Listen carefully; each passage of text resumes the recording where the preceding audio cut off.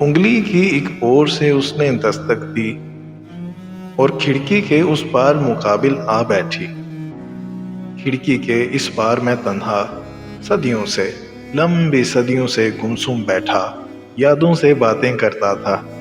خالی دل تھا، خالی آنکھیں، خالی کھڑکی۔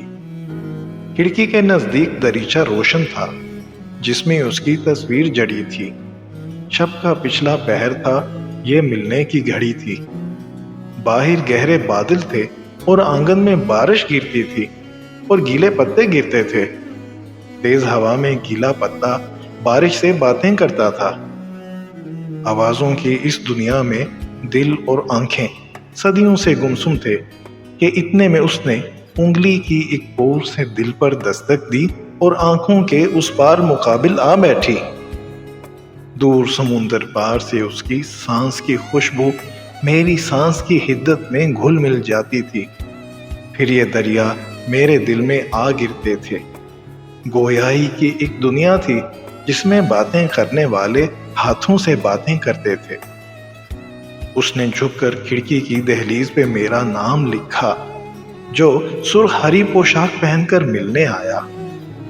کھڑکی کی دہلیز پہ ہونے والی جنبش چپکے چپکے بتلاتی تھی، کہنے والا اور بھی کچھ کہنے والا ہے۔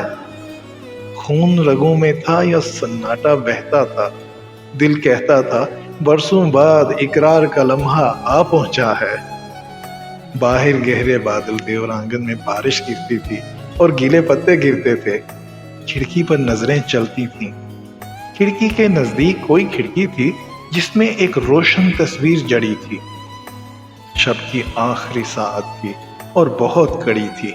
میں سانسیں روکے بیٹھا تھا۔ صف بستہ حرفوں کے لب پر قفل پڑا تھا۔ خواب اور خواہش جلتے بجھتے جگنو بن کر چمک رہے تھے۔ دل جیسی ایک شے مٹھی میں دھڑک رہی تھی۔ خون رگوں میں تھا یا سناٹا بہتا تھا، دل کہتا تھا کہنے والا اور بھی کچھ کہنے والا ہے۔ پھر شاید بادل گرجا تھا، سرد ہوا کا ایک جھونکا تھا، برقی روکا سانس رکا تھا۔ بجھتی آنکھوں نے دیکھا تھا اس سے رابطہ ٹوٹ چکا تھا، اس سے رابطہ ٹوٹ چکا۔